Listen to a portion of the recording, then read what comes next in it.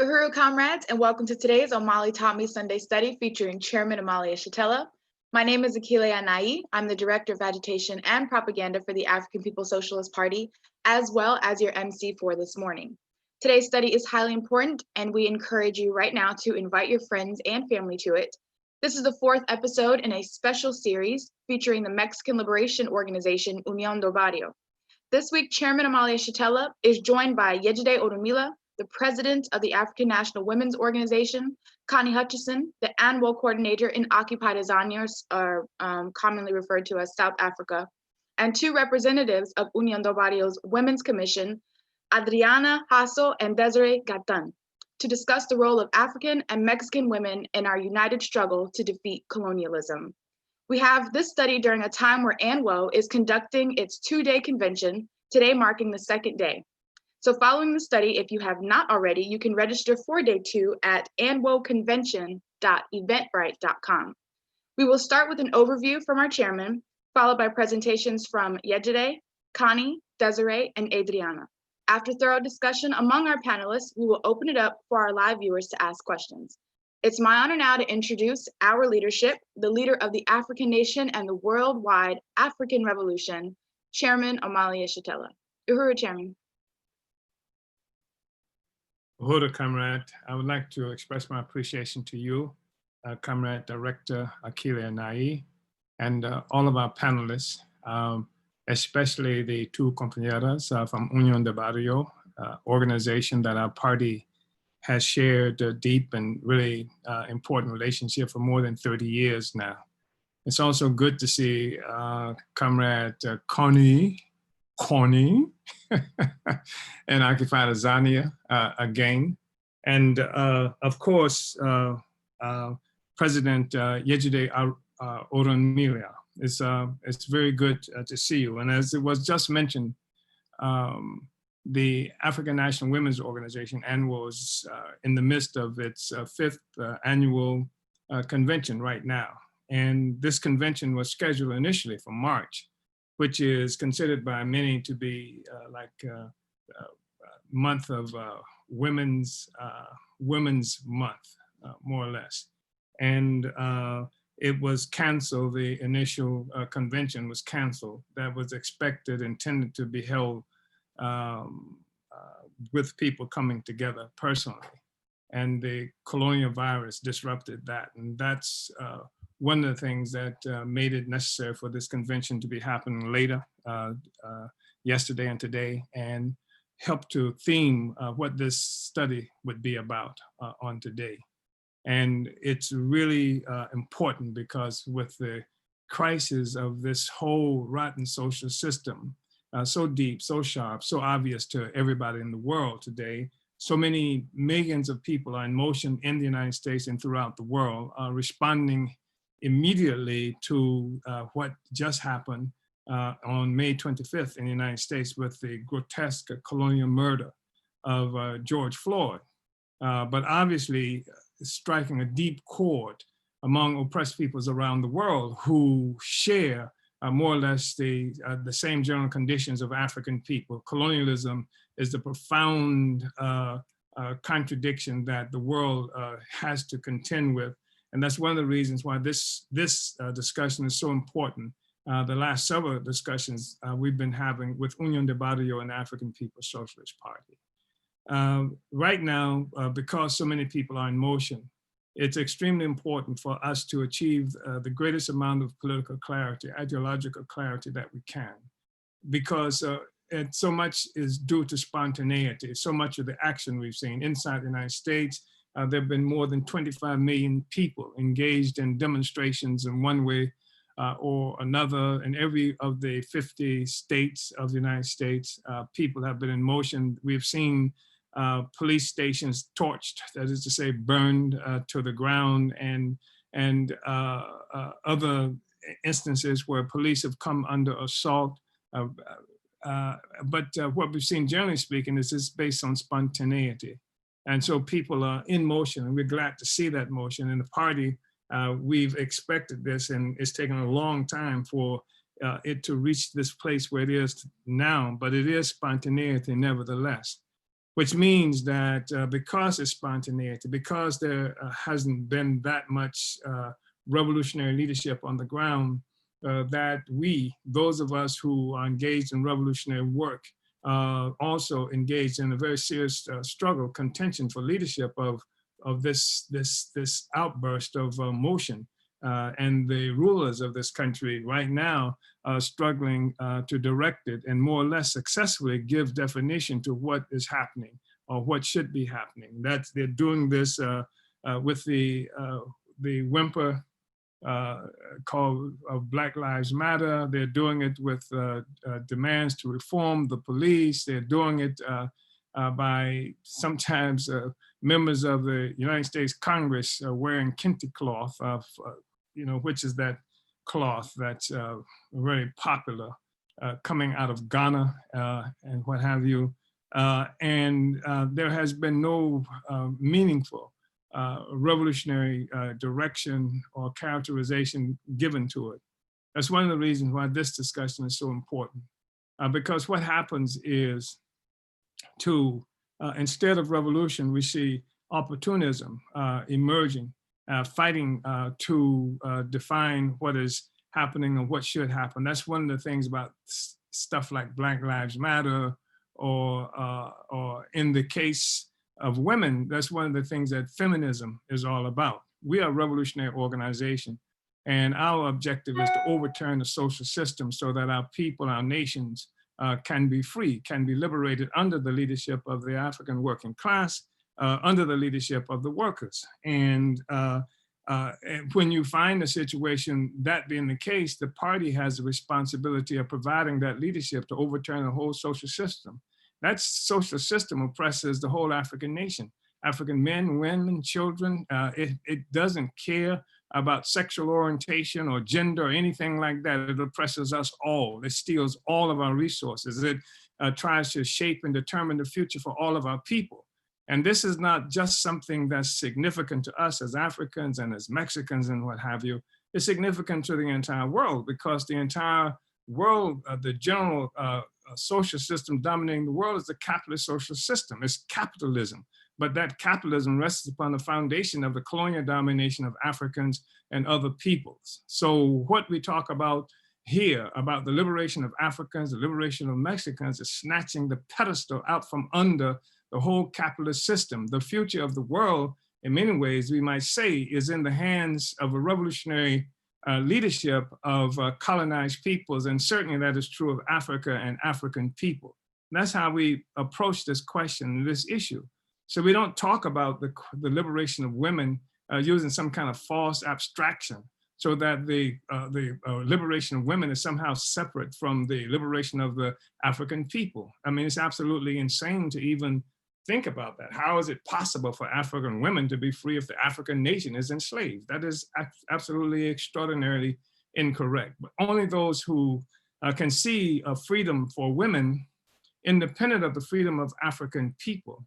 That is to say, only those who have the ability to sacrifice the long-term aims of the working class to liberate the African nation for some benefit, short-term benefit of the petty bourgeoisie, which is called opportunism. Only those people can be satisfied with trying to deal with the question of women oppression under colonial domination as separate and independent of the oppression, exploitation of our whole people. So that's how the party has taken this on. But that's not to say that African women, Mexican women, and other women do not catch hell in a number of ways. And it is true that this occurs, but the way toward that is that to arm African women, arm the colonized women in every fashion in the revolutionary project to overturn the social system as leaders of this project, so that the outcome will be determined not just by some men who of the oppressed nation, but by the whole nation, with women playing the role and responsibility that should be played. This is not something that's always been recognized by sectors of the African liberation movement. And because of this, it has allowed the opportunists to get some traction. And the opportunists will make a move every time such a crisis occurs as what we are seeing now. They would use the emotion of the people, of the oppressed people, the suffering masses, to leverage their own fight to find a place inside the social system at the expense of the revolution. So when the African Revolution doesn't speak to the reality that African women are catching hell as women who are part of the oppressed nation, then there's a greater susceptibility by African women to the blandishments, if you will, to become prey to opportunists, petty bourgeois opportunists who have no interest in the liberation of African women, because African women cannot possibly be liberated without the liberation of the African nation, but have an interest in liberation for themselves as a class, as a part of the petty bourgeoisie who can win some aspects of what might be characterized as freedom or liberation within the existing social system.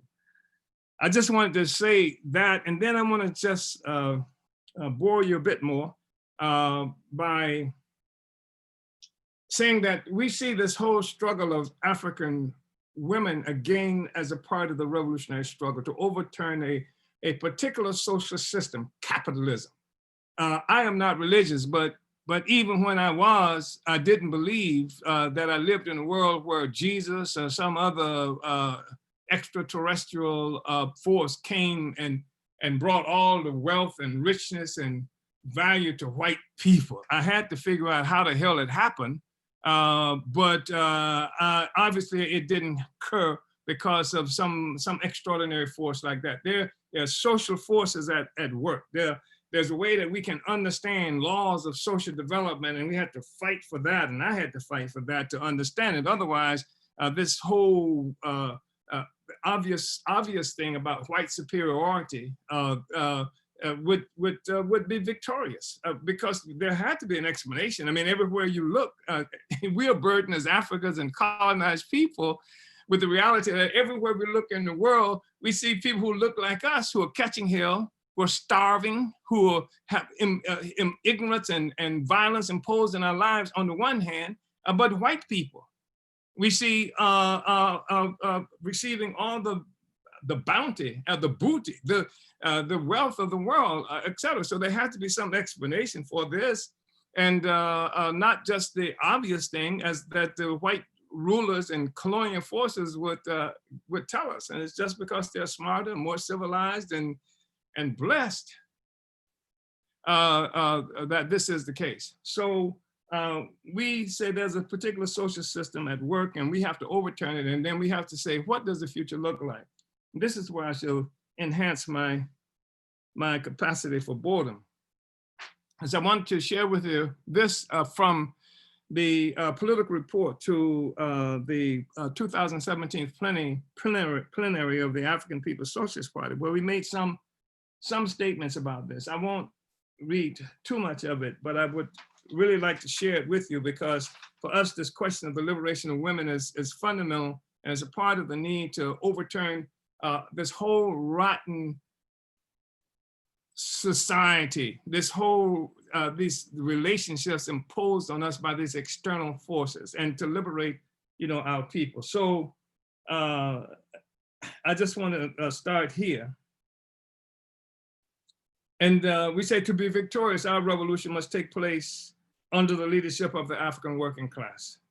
This is the role of the African People's Socialist Party, the advanced detachment general staff of the African working class. Only the African working class, aligned with other toilers, especially the poor peasants, has a stake in destroying the entire system of exploitation and all of its attendant structures, including artificial borders that exploit Africa but function as the incubators for the reproduction of the neo-colonial petty bourgeois class as a social force.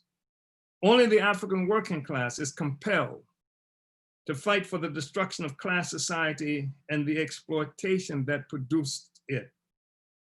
Under the independent revolutionary leadership of the African working class, organized under African internationalist principles, victory will mean the defeat of foreign imperialists and their domestic minions. It will mean that the toilers, the workers, and poor peasants in particular, will become the new temporary ruling class, the custodians of the means of production now owned and controlled by the capitalists who are mostly foreign. Liberation under the leadership of the African Internationalist Informed Workers, organized in the African People's Socialist Party, will mean the end of economic exploitation. And once the imperialists and African petty bourgeois and neocolonialists have been crushed, the end of all exploitation. This means that African women, who will play a fundamental role in the liberation of our Africa, will rise to the full stature with all the rights and authority this infers. This means a major assault will be made against all restrictions on the rights of women that hide under the flimsy and in most cases, false mask of tradition. Nor will African liberation under the leadership of the African working class tolerate social, economic, and political oppression of sectors of the African nation and working class because of spurious bourgeois morality. We condemn the morality and relations that permit Europeans, imperialist corporations, countries, and neocolonialist thugs to exploit our people's life and resources in Africa and to flaunt laws protecting sovereignty, the environment, and customs with impunity while attacking African people and the working class based on sexual orientation or relations between same gender loving individuals. The liberated African worker state will only oppress the imperialists and the neocolonialists who have surrendered Africa's future to them. We will call on the entire African working class and all African patriots to rise up against all who would divide the nation and the working class based on the false contradictions of sexual identity, ethnic identity, and religious and regional differences. The African revolution that liberates and unites Africa and African people under African internationalism, the organized, conscious, and victorious leadership of the African working class, will be the death knell of imperialist white power and the capitalism as a world economy. It will finally allow for the African workers to take social possession of the means of production. Our victory will mean the entire process of production, mining, building, manufacturing, shipping, distribution, etc., will occur through workers' councils throughout the production process. This will guarantee safety and creativity throughout.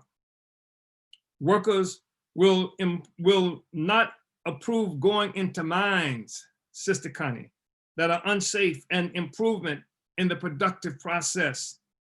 And improvement in the productive process will not be motivated by profit that has no regard for safety and proficiency otherwise, but by the needs and aspirations of workers and producers, and as producers and consumers.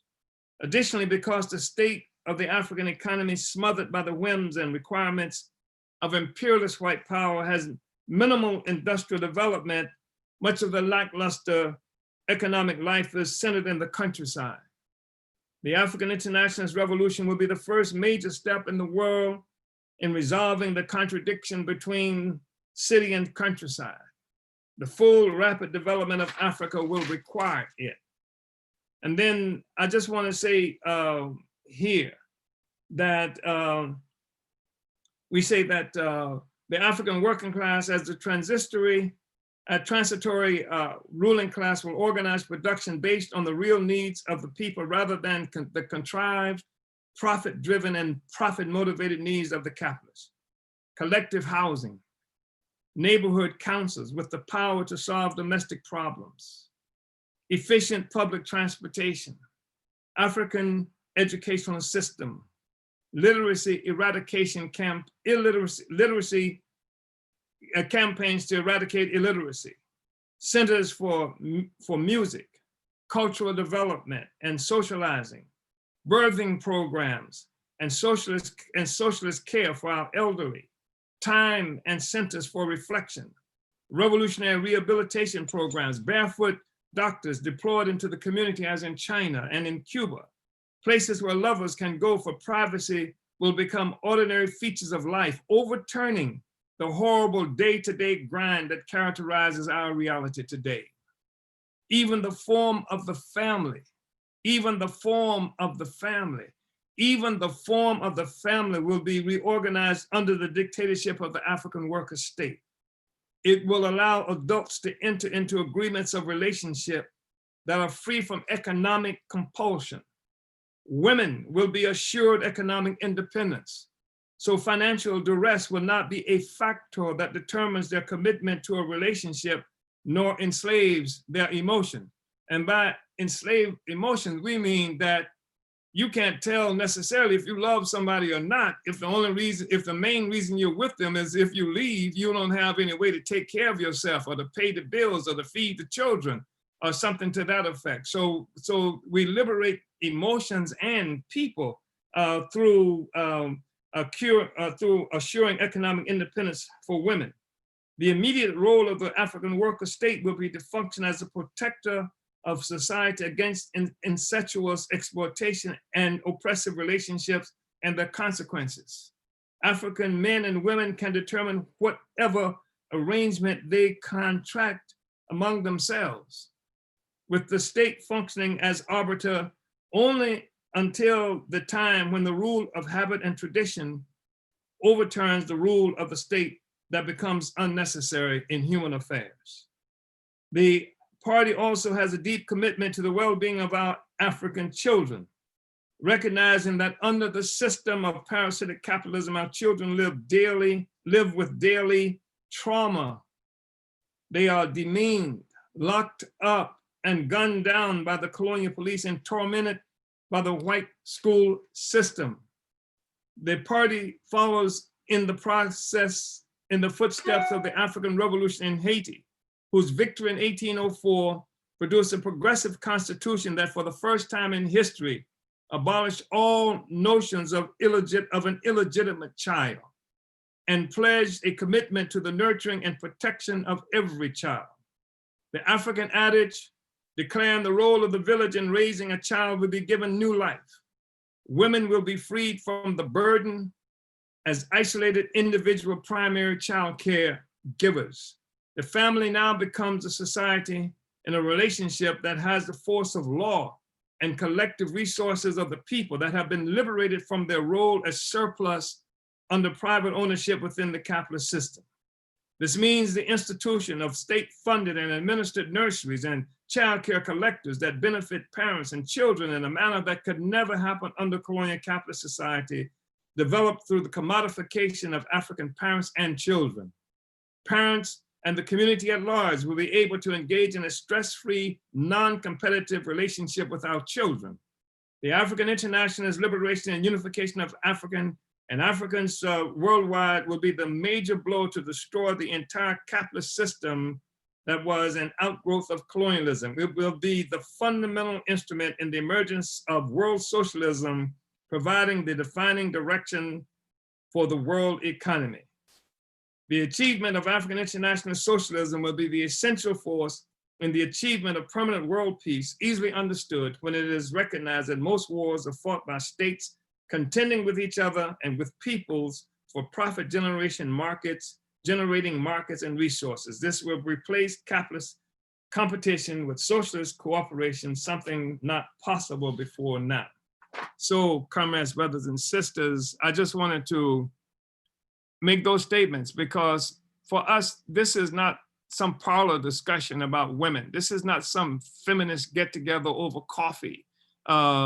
This is not just a discussion about how bad our personal relationships are. It provides an understanding of the process that within which our personal relationships occur. Relationships between African men and women, between men and women, between children and parents and what have you, all exist and occur within this horribly oppressive colonial reality within which we are trapped. So I just wanted to, and fighting against, and this discussion we're having today contributes to that struggle. And I'm really glad that we could facilitate this because I think that what we have been victimized by also is a discussion that has been dominated by colonizer left people. The colonial left organizations and the petty bourgeois or bourgeois white women for the most part.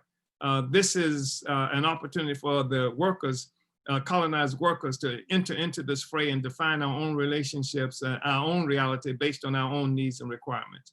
Uhuru, Comrade Akile. Uhuru. Uhuru, Chairman, thank you for that overview that's going to set the basis for what I will believe will be dynamic presentations and discussion among our panelists. And we're going to go ahead and open it up with Yejide Orunmilla, who is the president of the African National Women's Organization. So Uhuru, Yejide, and thank you for being with us on Omali Taught Me. Uhuru, comrades, thank you so much for inviting me. I just really want to salute the chairman who gave us African internationalism and allowed African women, African people to really understand the world that we're living in and what our role is and what we have to do to get free. Because outside of that, it's a lot of mess and confusion about, you know, how we came to be as African people in this situation. Why is it that the police are occupying force in our communities?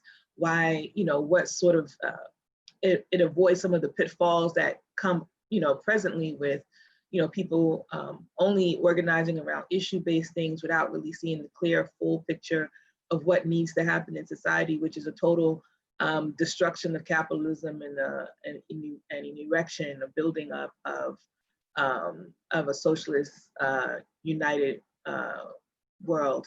And so, also Omali taught me, hashtag, because, you know, when we're talking about the role of African women and how it is that the conditions of African women came to be as such, I think, you know, the way that the bourgeois, the African petty bourgeoisie would define it is that, you know, because the African men in our communities have, you know, oppressed us in much the same way as the state, as the bourgeois white state.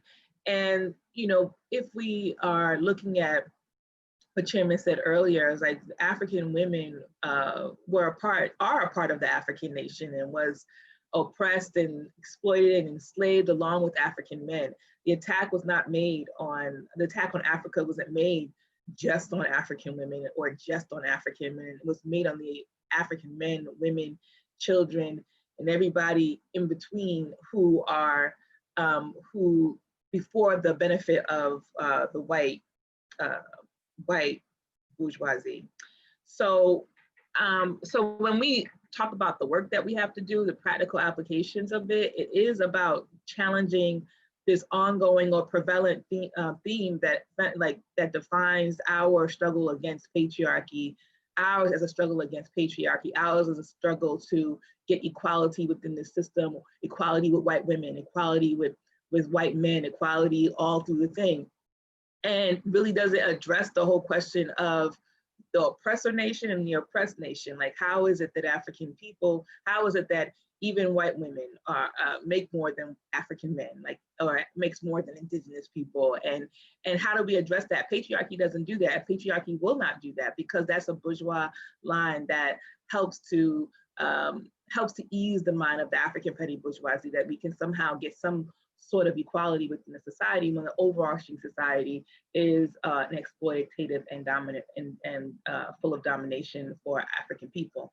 And so, you know, it's so important for us in the African National Women's Organization to communicate that and bring that to the masses of African women, because even in the most remote parts of the world, like there's this, you know, we have, even if it's not defined as feminism, we have these philanthropic organizations that go across the world and tell African women that this thing is happening to you because you're a woman in this society, as opposed to the fact that that this is a engineered plot to continue to steal our resources. So for example, when we are looking at the question of rape in Congo, and which was at one point, I'm not sure if it is now, one of the worst places to be for a woman in the world, because it was like the rape capital of the world.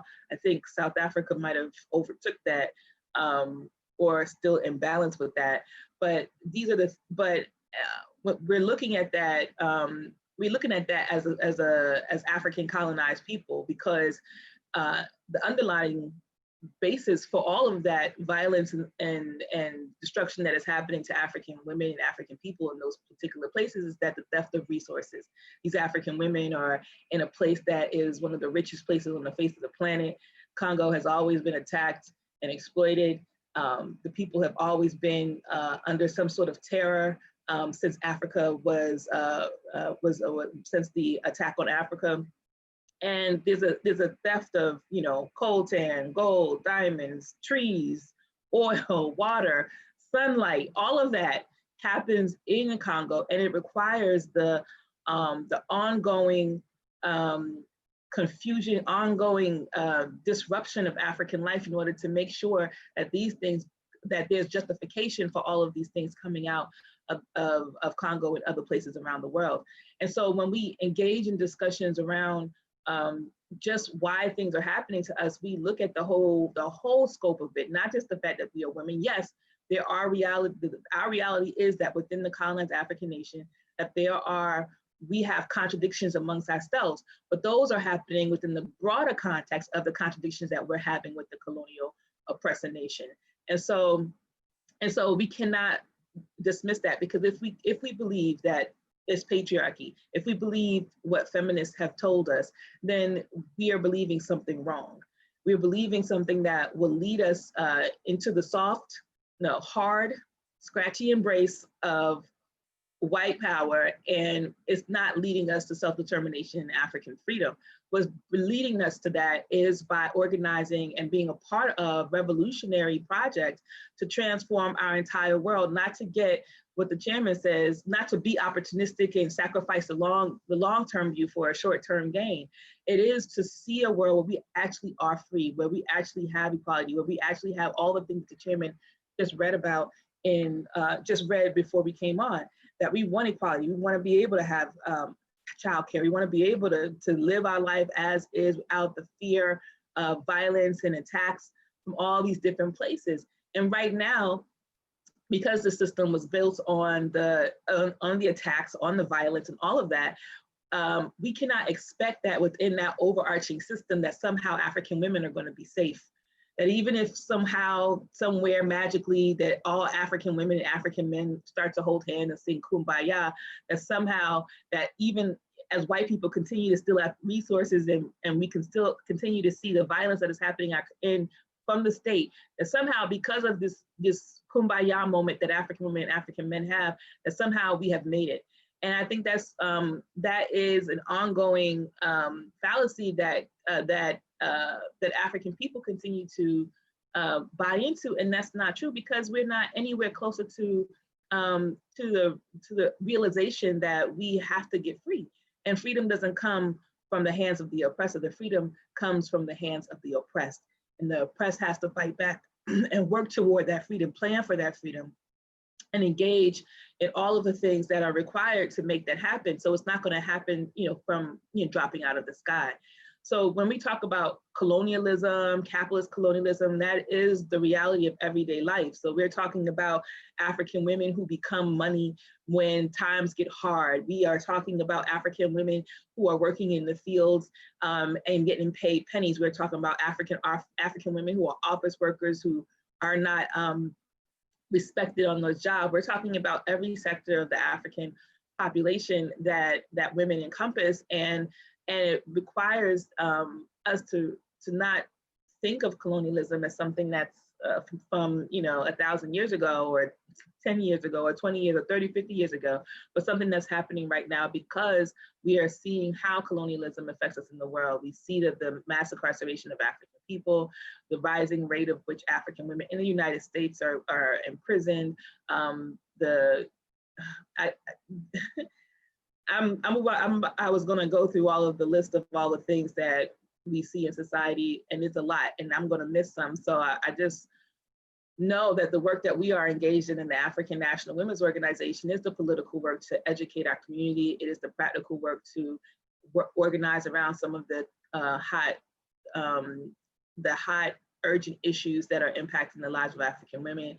And it is about organizing women to understand that even as we are struggling against this particular thing, that the ultimate goal is to realize that unless we take power, unless we are organizing for power, unless we are building institutions, unless we are building dual and contending institutions and economic development plans and all of these things that actually constitute the forming of a dual and contending structure, then what we're saying is that we believe that the same state that we are in the streets for every single day because of a murder that happened today or a murder that happened tomorrow, we believe that that state is going to somehow become kinder and gentler because we are saying Black Lives Matter, or we are saying that my life matters. And the truth and reality is that the colonial state don't care nothing about your life, don't care nothing about my life, because everything that this country has been founded on, everything that capitalism has been founded on, has been the oppression, colonization, exploitation, murder, rape, all of that of African people, African and other colonized people. And so, so our work is a protracted struggle, and we will win it, and we have been winning it. And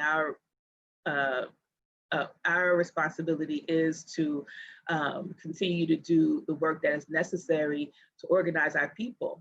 And what I really love about African internationalism is the bringing together of all sectors of the African colonial oppressed colonial people from all over the world, and particularly African women who are in different places around the world, because we have defined that our identity is not tied to these nationalist borders, but our identity is tied to one another, and was separated. Our identity had become something else because of the attack. So now all of a sudden we're African Americans, we're South Africans, Jamaicans, we are Kenyans, we are all these things. But the reality is that we're not any of those things. We are one African nation that was destroyed, that was dispersed throughout the world because of the attack on Africa. Otherwise, we'd all be in Africa for the most part. Otherwise, we would be there building up our society and using our resources and our skills and our labor and to produce and reproduce life for ourselves. And instead, we're not doing that. And since the attack on Africa, we have been producing and reproducing life for white power. We have been producing and reproducing life for the sustaining the lives of white people.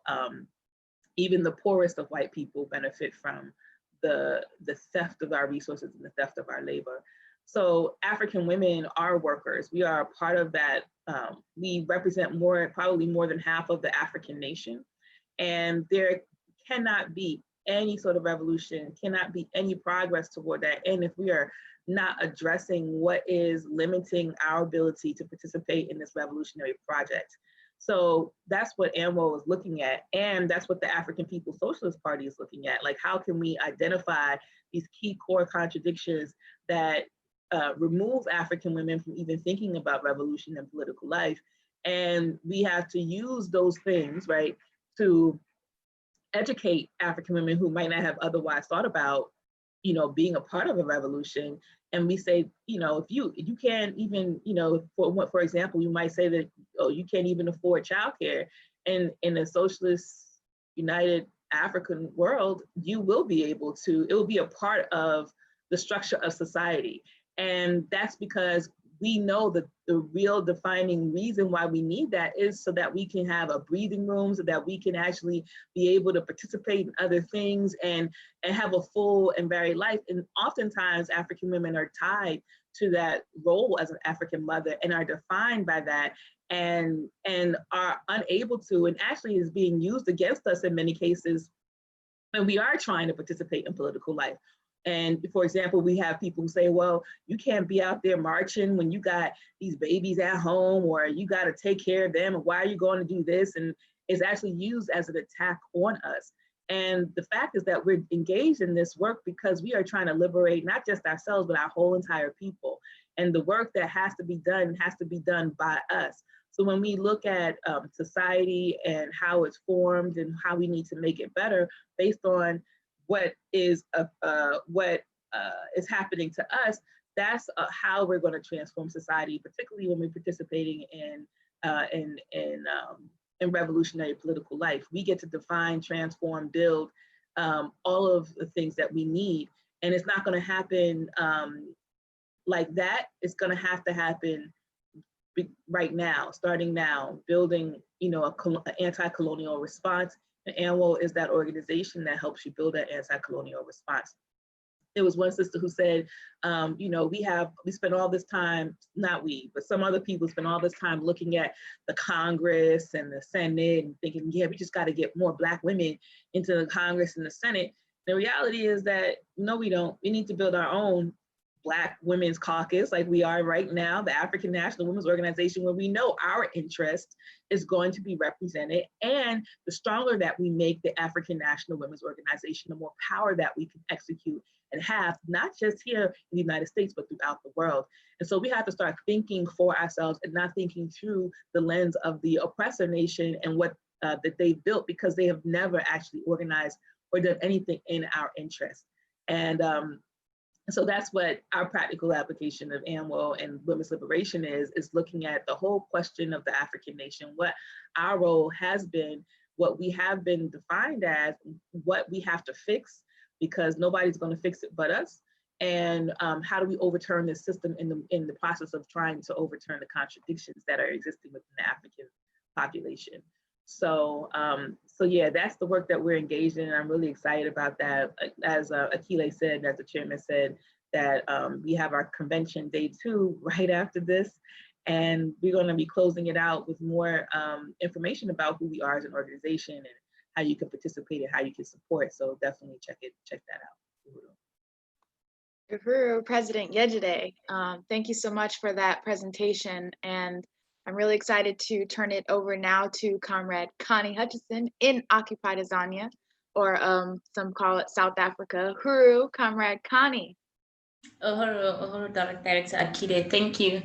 I'm just very happy to be on this platform right now. And I also just want to salute my Chairman Omali Yeshitela. First met him in 2018 when he came to South Africa.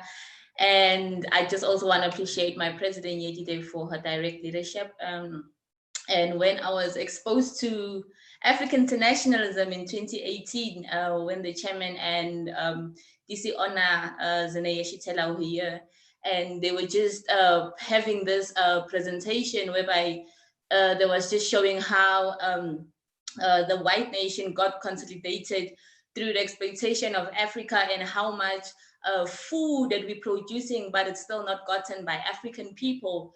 And as a young lady who was just in college, and I'm just trying to figure out my life at that point, and I'm thinking, as I've been walking around, I would normally just ask what's happening, because then in Hillbrow, there's these flats there where African women live there with their children.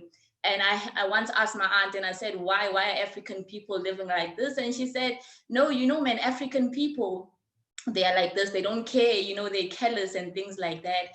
And when that presentation got on, and everything was just there, colonialism, imperialism, capitalism, and these are all terms that I was not aware of, I did not know of, because when the Black petty bourgeois woman tried to explain things to us, they would just be like, you are lazy, the reason why your mother didn't make it out of this is because she didn't put in the needed work, so you need to come up and you need to put in the needed work and things like that. And it is I just want to appreciate African internationalism for making everything clear, to say, no, we are not the problem, African women are not the problem, and all the contradictions that exist within our societies are a direct result of the exploitation and the toxic violence that was inflicted on African people through the process of taking our land, of taking our people, of taking mothers away from children and husbands away from wives and things like that, just to go and consolidate a nation that was disease-ridden, that was in poverty, and things like that. So when I got the opportunity to join ANWO and to start ANWO, not in South Africa, it was very crazy, because as African women, you're not used to going into the township and talking about, you know what, we need to get organized and trying to explain how you are not the problem, and that the fact that the government is the problem, and especially in South Africa, where people are just so no longer interested in politics because of the continuous betrayal that this neo-colonialist government is inflicting on the people, you know. And people will be like, no, just get out of here, you know what, we're just trying to hustle and get on with life, and hopefully we hope that the future will bring something new, you know. And just understanding that as ANWO, we have the opportunity of going into these townships and saying to African women and trying to explain to them the fact that, you know what, this pain that we are suffering right now, not just through the hands of our brothers, but through the continuous poverty that is happening, can only be overthrown when we do 1, 2, 3, when we try to organize ourselves, when we try to come together and come up with skills and make way for ourselves, so that when we get independent, we do not longer have to depend on this government that continues to betray us, but we get to implement strategies that will, you know, benefit us, and in the long run overturn the whole African nation. Because we as a nation, we are not the problem, you know. The system is a problem, and the system is trying to make it look like we are the problem, you know. Because what feminism would do is that literally would say that, you know, the fact that your husband is beating you is the reason why you don't have food in your house. You know, the fact that your husband is beating you is the reason why you're still living in a shack right now. And just having to go out there with a different theory and with a different ideology, and an ideology that was not, you know, brought up because someone sat in his room and thought, oh man, let me write this, but something that can be tested and that can be proven. You can go out there and you can study the world, and you can study the relationships that are happening among African people, and you can come back and say, you know what, this is true, you know. And we appreciate Chairman Omali Yeshitela for that. And the process of building ANWO here in occupied Azania has been very wonderful to know that people are out there and they are willing to learn, and they are willing to unlearn everything that has been taught. And, you know, and we are willing to put in the work, and it's not going to be easy because we have to struggle with habits that we have been building for so long, you know. 21 years of having to know that my redemption is in some God, you know. 21 years of having to believe that when I get this degree, this is the only way out of this township, you know. And we have to unlearn all those type of things. We have to unlearn the fact that we have to be accountable for the people. We have to unlearn the fact that individualism is a trait of capitalism. It's a trait of colonialism, you know, because African people were people who were living in collectives, you know. Whatever we were doing, we were a community, and having to understand that this system somehow tries to make communism look like it's a bad thing, you know.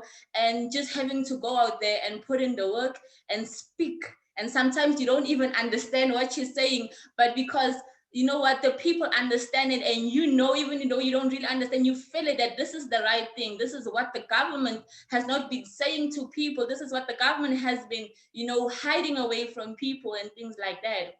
So as ANWO, having to being a part of this, and having to understand that whatever that we're doing has to lead to a revolutionary conclusion, you know. Having to understand that African mothers out there are contending with so many things, as President Yejide has mentioned, and even African young women who have to go out there and start dating sugar daddies, you know. And what the media will do is that they will portray the young woman as the one who is the problem. You know, these young children, they're so lazy, they don't want to go work and things like that. They're busy with sugar daddies, not even trying to explain why would someone just wake up one day and say, you know what, I'm going to date a man as old as my father, you know. Is it just because they want to? They feel like, you know, they don't have anything else to do, you know, not realizing the fact that we were born in poverty that was created by the system, the fact that we do not have access to our land and our resources, and the fact that you are born into a family whereby your mother is sick by HIV and AIDS, a disease, a virus that was created by the system, you know what? because the medical care has to make profits. You know, the hospitals have to make profits and things like that, and having to have sisters that you have to look after and not being able to go to school. And the only thing that you have in this society and in this country as corrupt as South Africa, and the only thing that you have is to go out there and be selling your body, you know, in the process of getting money and things like that, and women having to go out there and literally just taking the jobs. And what the Black feminists will do is say that these women who are selling their bodies have to fight for legal rights of selling their bodies.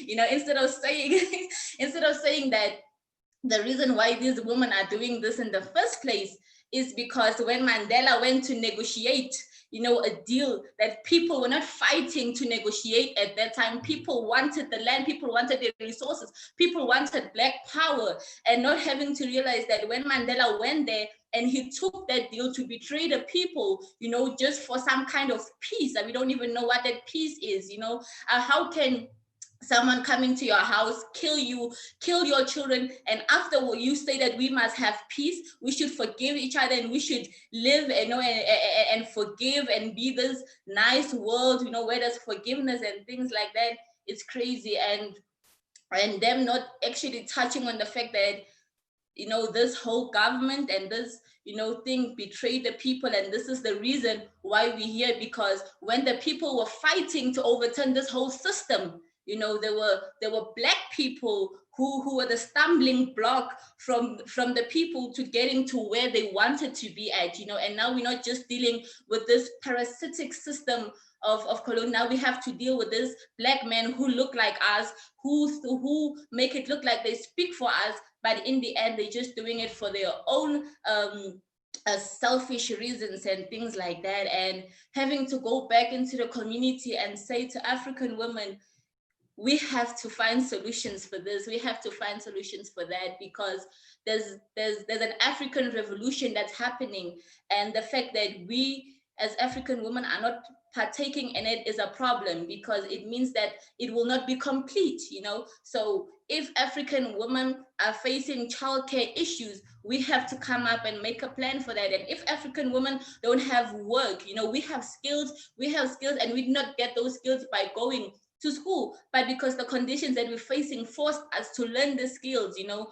on hand. Like, we have women who can do hair, who can plait, and these are the same women who go into these institutions and go and work there for nothing, for literally nothing. And we have to come back and say, we have been doing this for this system for so long, and now it's time that we do it for ourselves, so that we can have time and be part of the revolution and push forward, so that this whole system can be overturned and things like that. So as a young woman who is part of ANWO, and just having, when you have these casual conversations with your friends and they don't understand what the hell is wrong with you, you know, we just trying to party and we just trying to have a good time, you know, and you're saying to them, look, you're having a good time now. Are you promised that you're going to be having this good time after 2 days from now? Not even that long, 2 days from now, you know? The fact that we come from these communities, and just the fact that now we kind of out of these communities, and now we in these high institutions called universities, you think that you've made it out of life? Are you promised that when you get out of this university, things are going to be better for you, you know? And history has shown us it's not, because we have thousands of graduates who are sitting at home right now with those papers, and they're asking themselves, what's happening? You know, isn't this the future?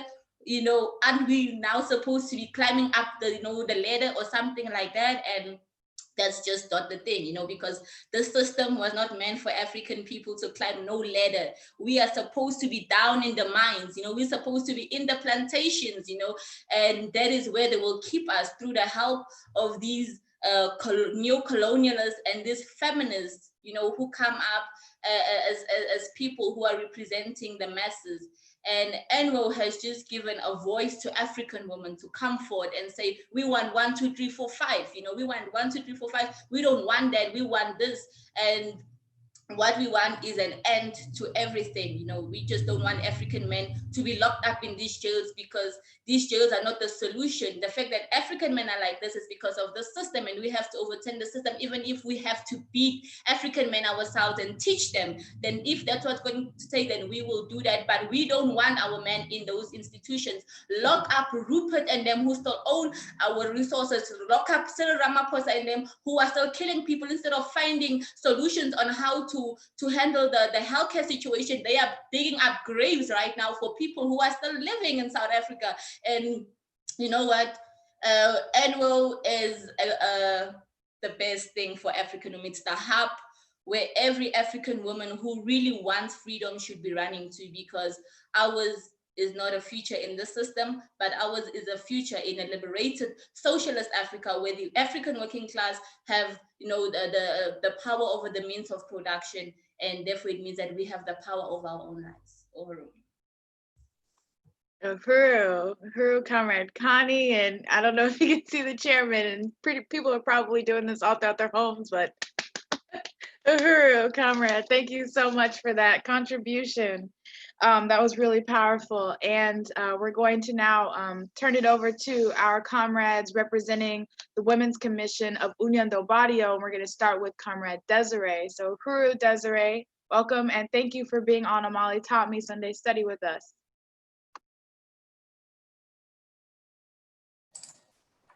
Uhuru, comrades. First and foremost, I want to just express our deep appreciation and unconditional unity with the African People's Socialist Party.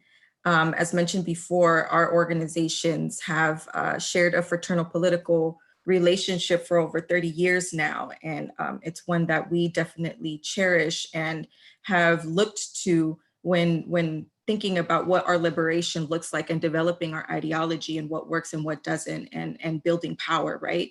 And I also want to congratulate the compañeras on your ANWO Black Women's Convention. And today, after this talk, convening day 2 of that convention, because women are a central part of revolutionary struggle. And so thank you. I wanted to start with you know, basically just building on what has already been talked about as far as the women's place, Rasa women for us, right? And seeing our role in revolutionary struggle and how important it is. And making sure that it's built into our organization, right? When we're talking about building power, we're not just talking about building power externally, but we also want to build power in our infrastructure, right? In our structure as an organization, as a revolutionary party, for women to have decision-making power. And so I wanted to read a little bit of what our a piece of our political program for Union del Barrio, which is point 3.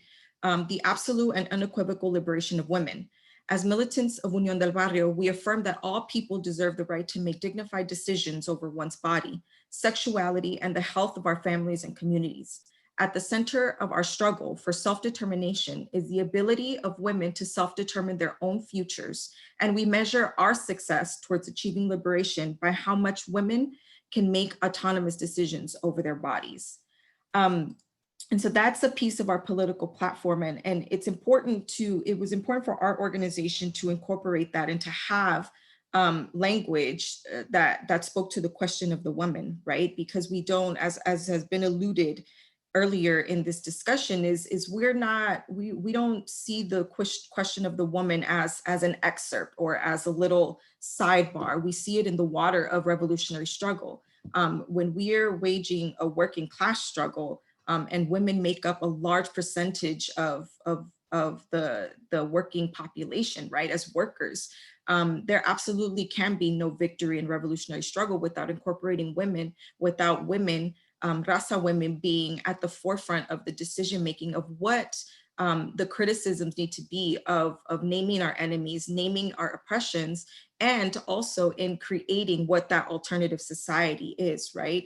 And for us, as far as naming our enemies, naming what those systems of oppression are, we have to be clear that imperialism, colonialism, and capitalism are the systems that have wreaked havoc and violence and deployed such oppression that has suffocated our people for so long. We see ourselves as an extension of resistance that that has existed since the first colonizer landed on stolen indigenous land, right? When we talk about the struggle of women, it's not just our bodies, but we have to see it as an extension of the land, of producers of life, right? Within the US borders, the land question is one that is fundamentally tied to the woman question. We don't identify ourselves by US colonial borders, whether it be between Mexico and the US or Central America and Mexico. We identify our struggle, our political struggle, as a legacy that is being waged all across Nuestra America, which we call our America, right? The Americas, the continents, all the way from up top, all the way down to South America. And we see that as necessary to point out because as important it is to name our enemies and the systems of oppression that are standing in the way of our freedom, we also have to see the power in naming ourselves, right? We have been called anything from Latino to Hispanic, and we have to push back against that and deny it, right? And not accept being labeled, because once we accept being labeled Latino, once we accept being labeled Hispanic, we then lose our connection to the land, a land that is indigenous, a land that is ours. Whether we have migrated or not because of imperialism across this continent of the Americas, these continents, we are fundamentally tied to the land, which a land that has been stolen, a land that has housed genocide on behalf of colonizers on our people. And so tying the land, tying the woman question, and tying working class struggle is fundamentally important for the women of Union del Barrio, and seeing what it will take in order for us to really find our liberation. Which we see as class struggle, we see as collective organization. Women being such a big part of the working, labor force. Many times we get so tied into the daily grind, the daily struggle, and with those subjective experiences, then come the defeat, right? Or the need to just survive in the now. And as the compañera Yejide mentioned earlier, that many times is what discourages or doesn't allow our women to be able to dream of a tomorrow, to organize, to raise their critical consciousness of a tomorrow that is socialist, a tomorrow that is free.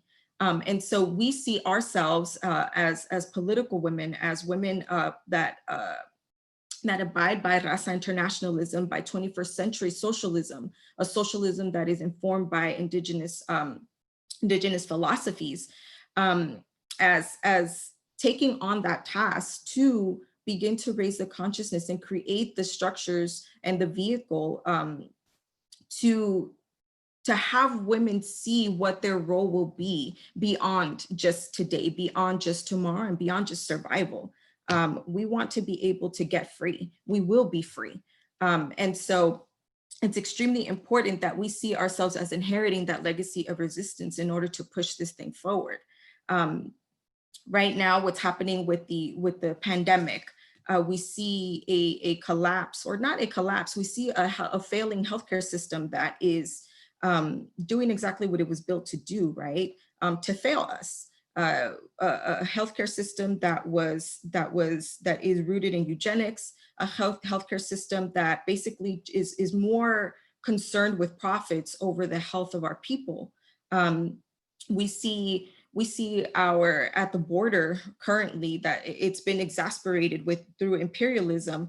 Our Central American and child refugees that are fleeing imperialism, right? If we go far enough back to our stories of migration, they aren't pretty stories. They're stories of violence. They're stories of displacement. we see that imperialism, in fact, has in fact touched each and every one of us. And so because of that fact, it is our responsibility to come into political life and see this as something that we have to use all of our skills and talents and imagination and force to contribute towards the advancement of the liberation and revolutionary struggle.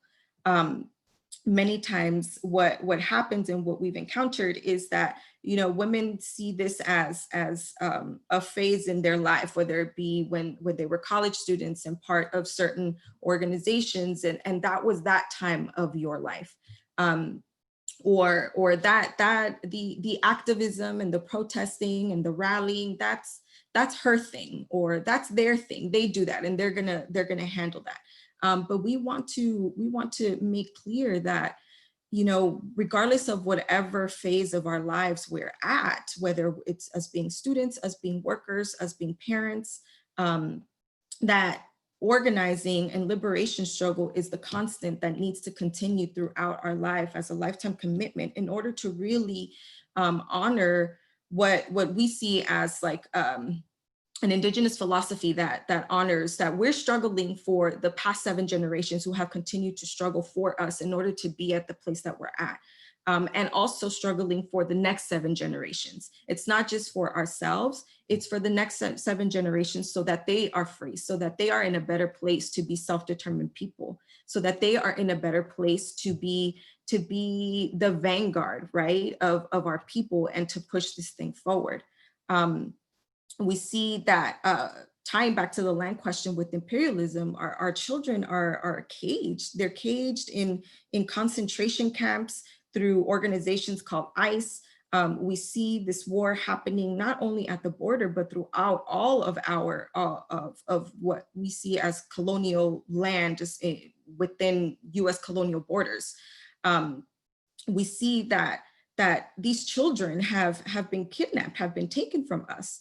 And they're lost. They're literally lost in a system that is colonial and that is doing God knows what with our children. And so as mothers, as daughters, as parents, we need to take on that responsibility to come into political life and to continue to organize, to continue to organize beyond our individualism, beyond our subjective everyday experiences where we're fighting to survive, because what we want is freedom, right? And realizing, coming to the understanding that we organize based on ideology, not on identity. We organize based on what our politic and our definition of justice is, not just because of whatever gender identity I identify as, right? Not just because a woman identifies as feminist or any other identity based on, you know, on different groups that we identify with and belong to. We need to recognize and come to the hard realization that not every woman is our comrade. There can be someone that looks just like me, but not recognize that imperialism, capitalism, and colonialism are the enemy. It can be a person that looks just like me and is just looking to have subjective success within the system as it exists. And that isn't our goal. Our goal isn't to become successful in a colonial system. Our goal is not to capitalize on certain privileges that make our individual experiences better. Our goal is to completely overthrow the system and to create a society where we are free, where we're collective, where we are self-determined people. And that has to be accepted, right? And so I attended the day 1 of the ANWO convention yesterday, and I have just been so inspired, and not in a mushy, empty way, right? Inspired to organize, inspired to continue to struggle towards a society and a collective struggle between ourselves as Rasa women and our African sisters, that and coming to the recognition that our liberation is fundamentally tied to each other, and that we have to fight the contradictions within ourselves, within our people and our communities, to recognize that our liberation is fundamentally tied to each other. And whether it be anti-Blackness, anti-indigeneity, these are contradictions that we have been inherited and have learned through colonialism, through our schooling, through the mass media. And so it's our responsibility to fight back and to continue this relationship so that Rasa women and African women see the necessity to bring all of our skills, all of our talents and capacity to as necessary to come into political life and struggle forward towards the liberation of our collective people. And we recognize that without the full participation and leadership of revolutionary women, there is going to be no victory in revolutionary struggle. And so with that, I will digress and pass it on to my compañera Adriana or Aquile, who will do so. Thank you, compas. Uhuru, thank you so much, Desiree. And as you stated, yes, we're going to go ahead and move it to Comrade Adriana of Union del Barrio's Women Commission. So Uhuru, Adriana.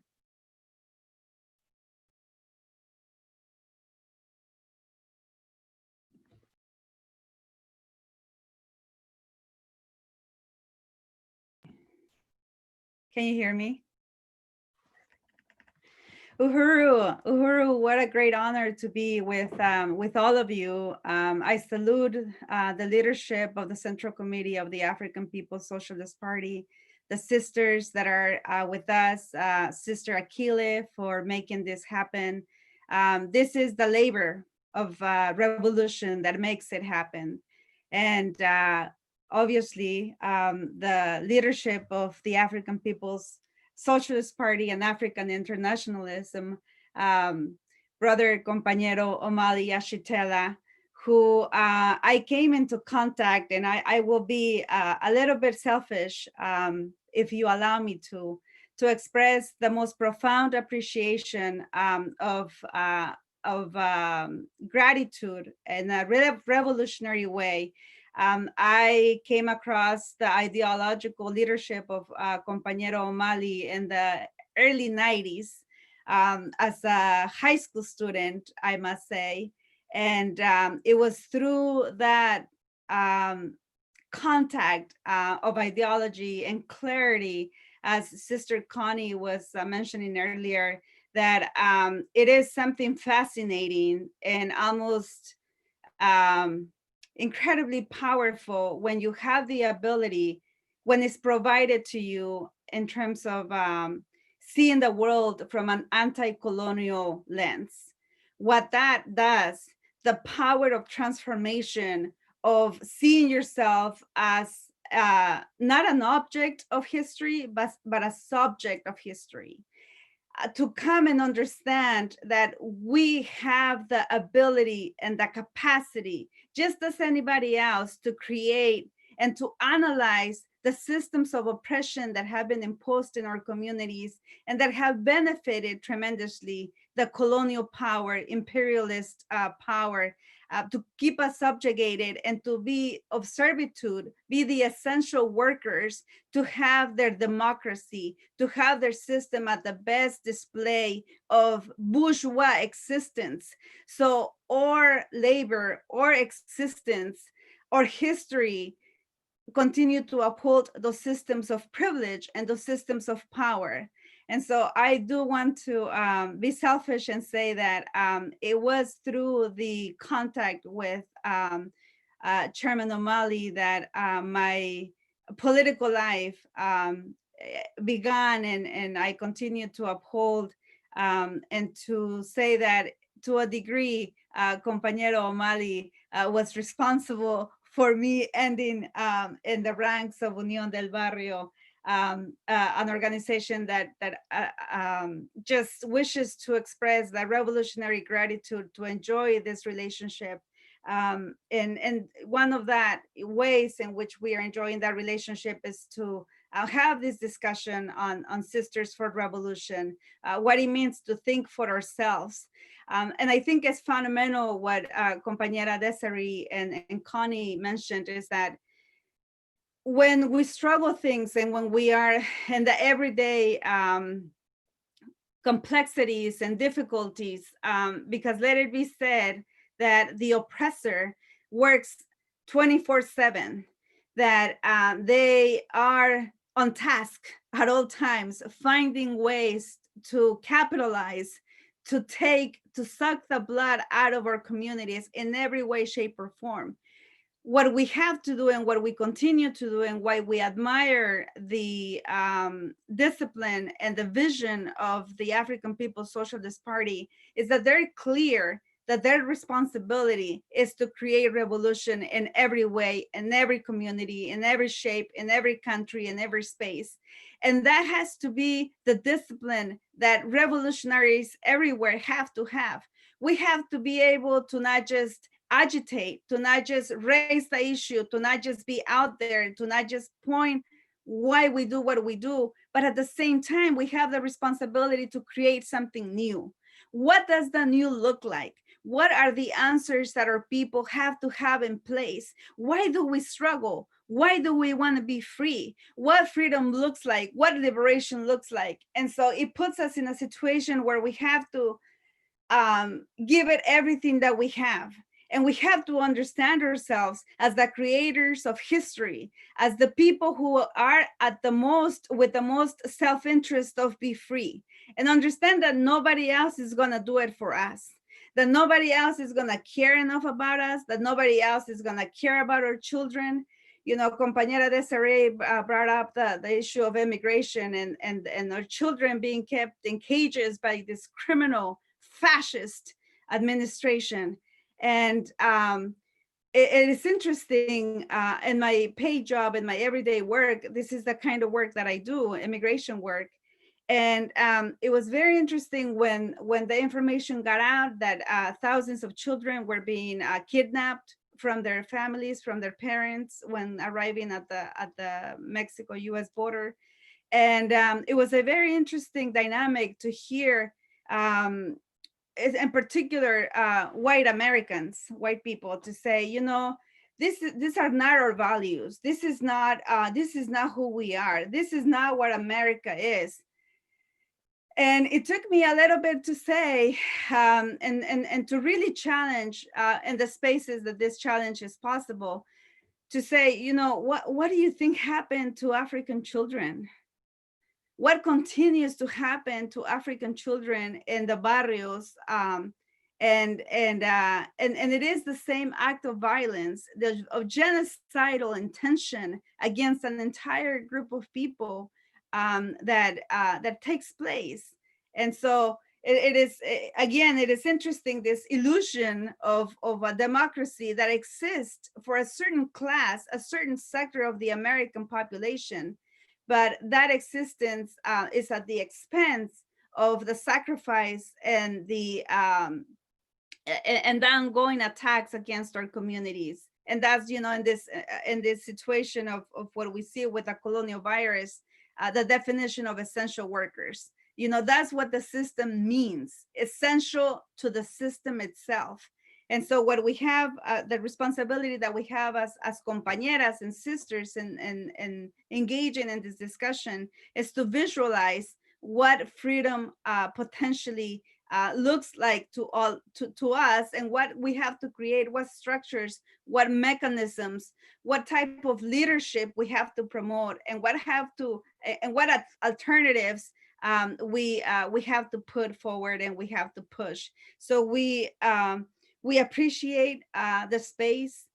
We think that these conversations can be educational in many ways, that we can push our political vision forward wherever we may be. And we also understand and are sure that freedom and that our liberation is possible, and that we have the responsibility to continue the legacy of the many, many thousands, millions of people, of freedom fighters that were here and that made it, that the ideology and what we have in front of us was possible through struggle. So I want to salute everyone. I want to say that Union del Barrio is in unity and solidarity, unconditional unity with the space, with the discussion today, and thank you. Uhuru, Adriana, thank you. And thank you to all of our panelists for all of those brilliant presentations. And it has just been a very dynamic study so far. I want to go ahead and offer some opportunity for our panelists to actually engage in discussion with one another. And also, Chairman, that does include you, if there was anything that you wanted to add or contribute to this discussion. So we'll go ahead and open it up, and I will interrupt you guys if we get a question. So if you guys have a question, if you're viewing on Facebook or YouTube, if you do have a question for our panelists, go ahead and type it into the chat. And I'm going to let you guys, just talk amongst, yourselves to deepen this discussion for us. So, Uhuru, anybody can take it. I think I see Yejide ready to jump in. I just truly appreciate what everything that Adriana said, but and just a real emphasis on the whole question of stealing of children, because just like you said, that's the fundamental basis for building the U.S. Capitalist economy. The worldwide capitalist economy is African people, but also like what was done to Native and indigenous people here, the whitewashing of, stealing children from families and putting them in Native schools and, treating them, saying that you have to behave like a white person or else you will not, be able to go back home. And in most cases did not go back home, and how that has been a part of the white project. Like that's happened here, it's happened in Pacific Islands, this happened in Africa, it's happened in all these places where, the fundamental basis of this contradiction has been the capture of children, the transformation of children, the people who are supposed to bring the culture forward, because we've taught them that, has been eliminated through that process of capturing children. So what we're seeing now is not some new thing, some new iteration of it. It's the same thing that has been happening for, since they've attacked, this land base and since they've attacked Africa. And so I don't have a question. I just wanted to unite with that. But, it's critical that we all see that. Like when it was more in the news of the children who were being taken at the border, I was just like, that's the same thing that happens to African children every day. And it's the same thing that's happened. It's a part of the whole process of capitalist colonialism, is to steal and to transform the minds of our youth and to commit acts of violence, so that you're making a point to these children and these parents that you better not mess with me. And you do that at the end of a gun. Because none of this is happening with teddy bears and balloons. It's happening through extreme methods of violence. And so I just, I think that I don't know how, I really want us to see if we can explore that together a little bit more. But I just think that that's a fundamental piece that I see the connection between our work, and I see the connection in more ways than one, but that's like a piece that I think is like near and dear, because we both mentioned it, and ultimately, just the way that colonized women work, oppressed women work together to build the capacity of our people, of our women to be revolutionaries, is going to be it is so critical to the fight and to the winning of that fight. And I just wanted to say that. And Yeah, compañera, I wanted to unite with that and unpack that a little bit more of what I believe the chairman mentioned earlier, the attack on the family, right? A part of our political platform when it comes to the question of la mujer, of the woman, is autonomy. And so when our children are being stolen and kidnapped and then lost in this colonial system, that, the most autonomy that we have is with our children, raising our children, how, when, and if we choose to have children. And when that is fundamentally attacked and in the most gruesome material way, as far as women in struggle, there is no greater rage than the rage of a mom, right? Of a mother. When our children are being attacked and stolen and murdered, committing genocide.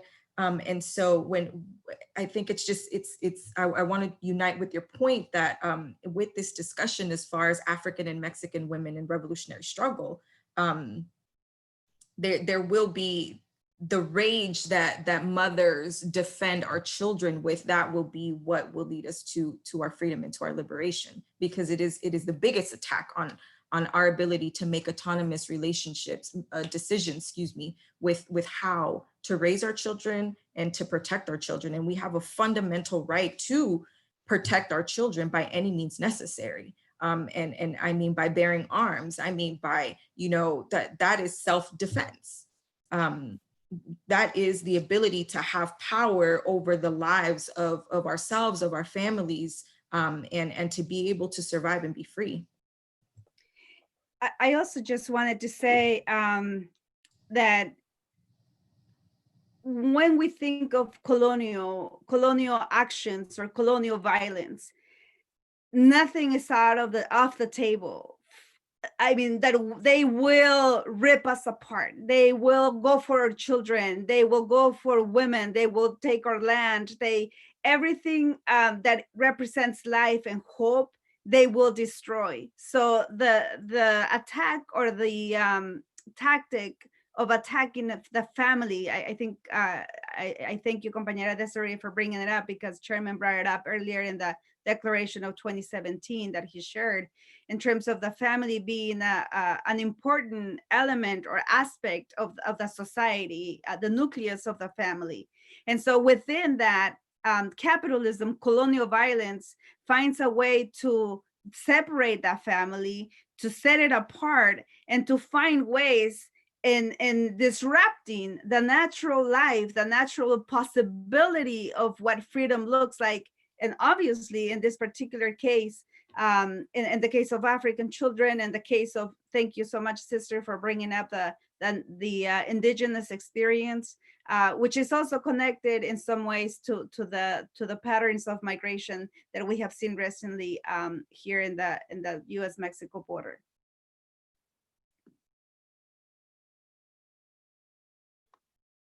Rubio, comrades, I do want to recognize that we have 2 questions from our live audience so far.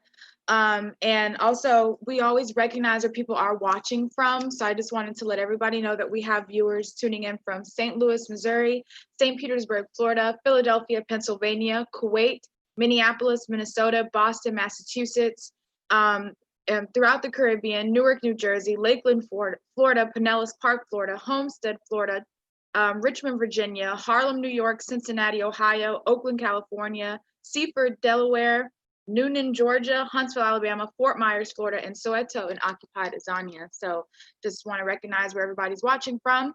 And one question asked, do the panelists, and you guys talked about this, I believe earlier, but this is a part of the expounding on those ideas. Do the panelists see barriers / contradictions within our liberation movements that prevent more women and LGBTQ from participating? So that's the question. Anybody can take it.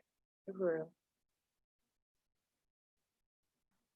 Yes, I would just repeat what I said earlier, which is yes. I mean, the contradictions of everyday life under colonialism are things that prevent a lot of women from participating in revolutionary political life, and they are so varied. I mean, a lot of it, particularly when it comes to women who are parents, who are mothers. I mean, that whole question of child theft is a serious one, because it removes any other thing from your mind. You just are interested in getting your child back, and you will go through whatever means. Our job is to politicize that. Our job is to politicize that and weaponize that against the colonial state that is taking those children. And there's a number of other things too, but a critical piece for particularly African women with children is this: whatever contradictions come with being a part of the colonial oppressed population and dealing with childcare, or dealing with mothering, or dealing with having to have a job because you got to pay for food in the house and all these other things. And what happens if those things don't come to fruition because of the colonial contradiction? Now you got the state on your back, and it's a whole thing around mothers and women with children. Those who do not, yes, they're, like Connie said, and maybe she can say more about it, but just like this whole question of what are you doing in revolutionary organization? Are you a communist? Or just these ideas about about freedom. And part of that is that people don't really understand what freedom looks like. And I really appreciate the chairman for, I think it was the report to the 2017 plenary, African People's Socialist Party plenary, that had a section in it that says, what does freedom look like? And I think that was the first time that I actually was like, oh, okay. Because we've been fighting for freedom, and we're just like, whatever freedom, however, whatever it looks like when we get there, then, you know, we'll figure it out. But like the vision of freedom is like, oh, we can be starting these projects now. We can be solving these things in this moment, you know. So childcare, what does it mean to have relationships with our communities, including everyone, you know, every sector of our community, every sexual orientation and gender identity, and all of that is happening within the construct of revolutionary organization. And we have to be able to bring that out into our communities. So, I mean, there's limitations, not just in the role of how African women and are experiencing the revolution or coming into political life, but how our whole people are. And it's going to be our responsibility as African women to educate the entire African nation on what our responsibility are, not just African women, but the entire African nation. And so, yes.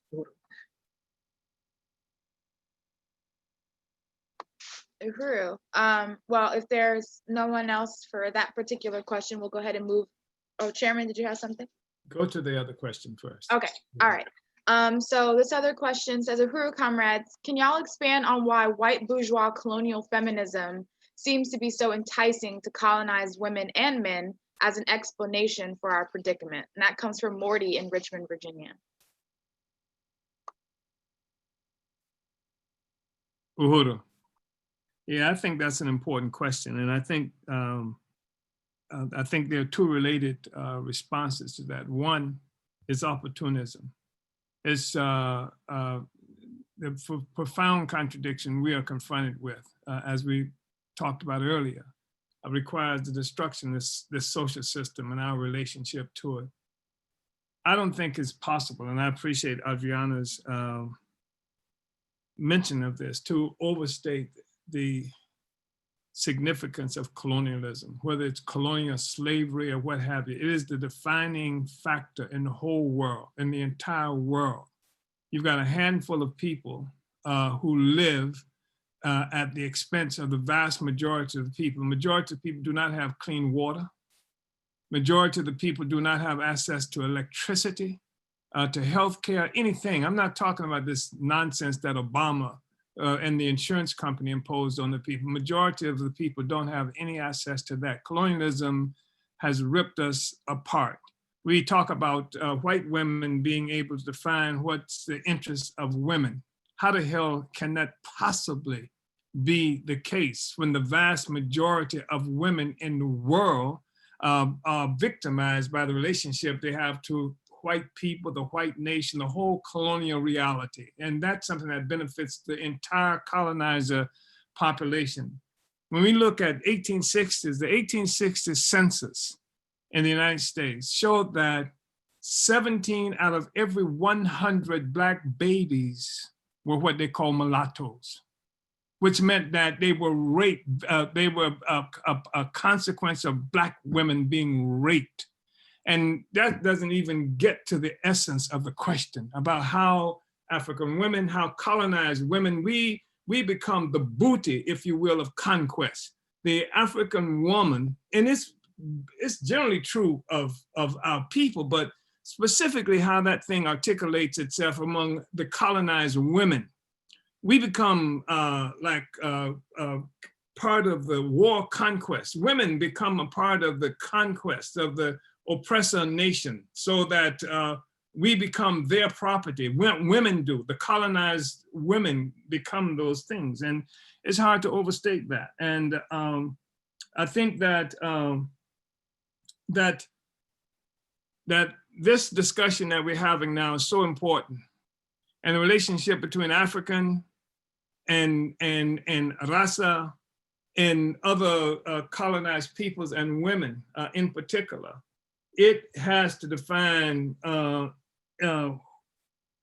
what womanhood is, as opposed to how can womanhood be defined based on the experiences and reality of the colonizer, which is just a handful of the population, just a tiny portion of the whole population. And I think that that's part of what makes this significant, and part of why we have to, constantly be at war against colonialism as the main thing that the whole pedestal upon which the capitalist reality rests upon. It rests upon our enslavement. And so I just think that's really important to understand. And the struggle of the women and African and colonized women is critical. I cannot overstate the significance of that. And of course you, and I'm being presumptuous here because I've heard it stated over and over again over yesterday and during the process of this discussion too. I mean, it can't be said more eloquently than what it is has already been said. We are affected by first prejudices that we've inherited from the colonizer. The prejudice about women. There's a politic. I remember getting in a public debate while he was making a speech with one of Martin Luther King's important lieutenants, Jose Williams. And he, made this statement in a public presentation. I mean, he could have maybe said it to me personally and wouldn't have got this way, but he said it before all these people, a huge audience, that the only free people in this country are white men and Black women. And so, I had to be disruptive as hell, and in that process. But that's been a line that's existed in our communities. And there's a political line that somehow African women emasculate Black men, that somehow the problem is that African women won't allow African men to be men. And this has been something that's in our communities where, and they would act like there's some kind of African culture that presupposes that African women are supposed to walk behind the men. And I mean, this is Black nationalism, an aspect of this cultural nationalism that we have had to go up against. And I say cultural nationalism, but it's an artificially imposed culture. It's white nationalism turned inside out is what it really is.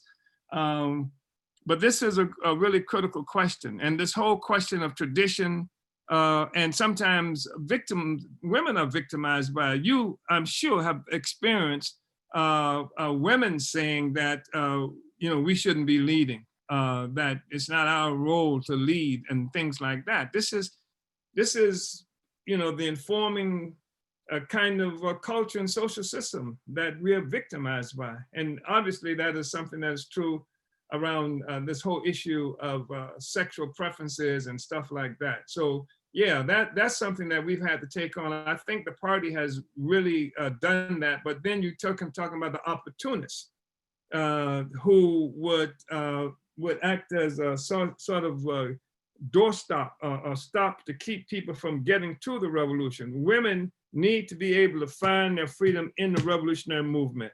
If that doesn't happen, then women can easily fall victim to these opportunists who are selling snake oil solutions. And the same thing can be true with other sectors of our population as well. So to some extent, the African revolutionary movement has a profound responsibility for preventing women from coming into political life. And it's not enough just to say the doors are open for women. It's not enough. I mean, because you also got to go up against the fact that women have been so beat down and brutalized in so many instances, and every other relationship they've come into has made women pay a price for even trying to lead, that there has to be extra work done to make sure that there is no assumption on the part of anybody that women shouldn't be in front, shouldn't be leading or anything like that. Yeah. Chairman, I just want to, I'm zeroing in on what you said, that colonized women have to define what womanhood is. I'm brought back to Sojourner Truth's speech, "Ain't I a Woman," right? Where the feminists have clutched this whole piece, saying that she was the first feminist, and no, she wasn't. She was an African woman who was previously enslaved, who had to do the same work like African men, and she saw that womanhood was being defined as what white women experienced, the sheep I don't even know if white, the sheet over the puddle when you come out of the carriage, the sort of delicate idea of what white womanhood is. And then now we are African women, and we saying, and what you were saying about how we are perceived as being emasculating, we always had to do everything. We always had to be in the trenches, doing the same work, solving the problems of the community. And we had to do it by any means. We have to do it by any means necessary. And so, you know, if you in the way, you might have to get out of the way, because if we know how to do it, then that's what's going to happen. And I know that today, the way that womanhood is defined is white women is the epitome of what defines being a woman, being this, and even this, you know, being this sort of delicate idea of, that's even fake, you know what I'm saying? Being this delicate idea of a woman who just kind of is calm and isn't in your face and doesn't give you attitude and all of these things. And then when African women who are the way that we are and has always been the way that we are, and sometimes what has been shaped through the process of being colonized is now attacked because of that, without really looking at the whole scope of it. So I think I made a point, but so I just wanted to really zero in on that. I mean, white women owned 40% of Africans who were owned by white people during slavery were owned by white women. Sisterhood is powerful. To coin a phrase, 40% of Africans who were owned, who were property of white people, were owned by white women. And that's the reality. And we have to define this for ourselves. African women, you know, who've taken care of their children, and the same thing has been true of Mexican women. We've raised their children. They didn't have to be mothers. We were their mothers. And I grew up in communities watching African women early in the morning, standing up on the corner, waiting for the white man to drive up in the car, where she would get in the back seat of the car, and then she would be driven to the white people's house to take care of their house, their children, while her children were left there in the community for the whatever collective care they got from the community. That's our reality. So yeah, I think it's important. The definition of womanhood definitely cannot be in the possession of white women or white people at large. Uhuru. Uhuru, comrades. And I think that there can be said something, I mean, in response to the question of why white feminism and the mainstream feminist movement can be so enticing, is because there's this natural social reaction of wanting to think that every woman, yes, I'm for it, I want it, right? But with the white mainstream feminist movement, the named enemy would be patriarchy or racism, which I think is what a little bit of what Yejide mentioned earlier in this discussion. And so when we stop at that, we don't get to the actual root of the problem, right? A discussion of power. And so there's this assumption that, you know, with the shallow allyship of the white feminist movement, it doesn't get into the root of the problem of talking about power dynamics, because there's this assumption that we want the same thing. We want to end racism. We want to end, you know, gender oppression. But that's not it. We don't want the same things, because as soon as the privileges and the comforts that their lives have been afforded because of genocide, because of colonialism in history, once those things begin to be threatened, that's when you begin to see how shallow that allyship truly is, and that it isn't really solidarity when we start talking about power and taking it back and taking resources back.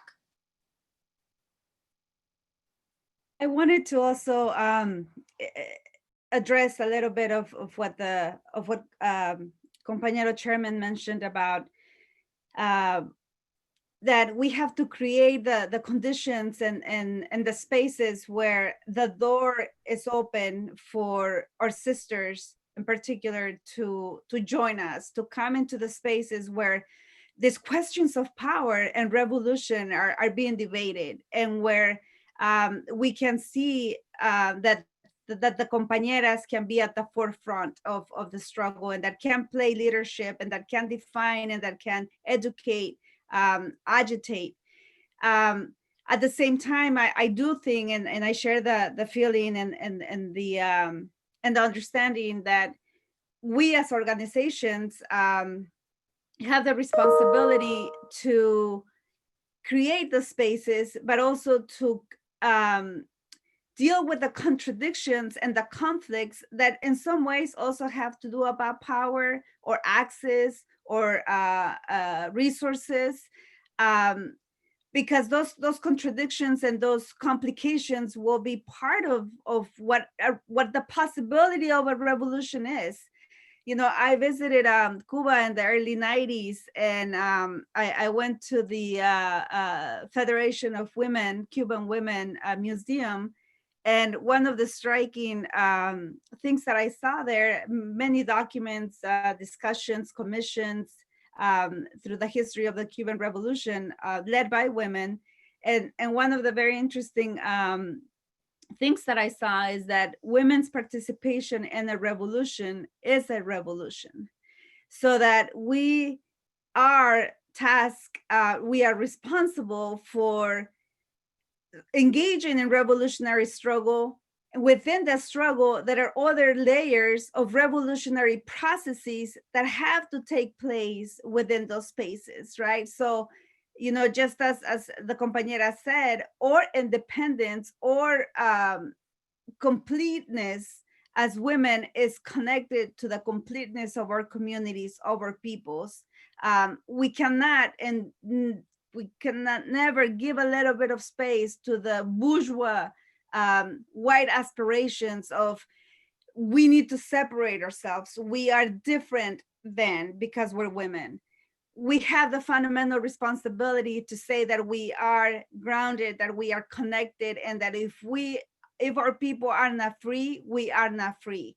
And that it is at the core of the colonial interest to keep us divided, to separate us, to see us, to force us to see ourselves as different then, when in reality, we are one people, and we have, the women, we have the power to lead and to be at the forefront and to struggle it out. It is about struggling it out and committing our lives and our existence in every aspect, in every space, to revolution and to freedom.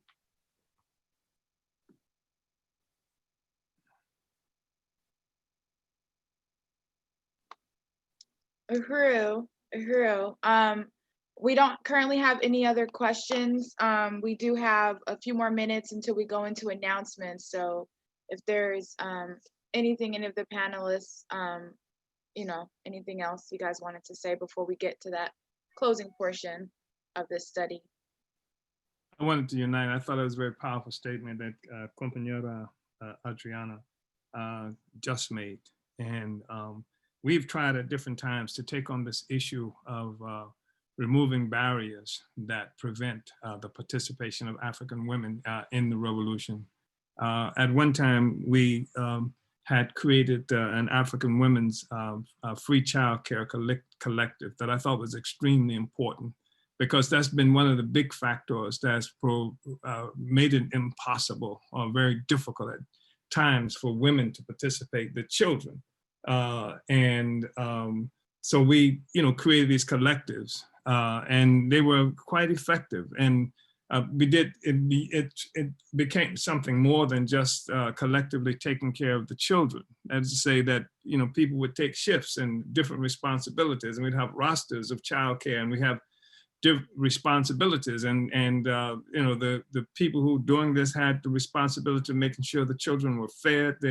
We taught Swahili, introduced, education for the children, and even initiated the free healthcare process where we had more than 40 volunteer healthcare workers, and through the leadership of Comrade Gaida Cambon, who we initiated this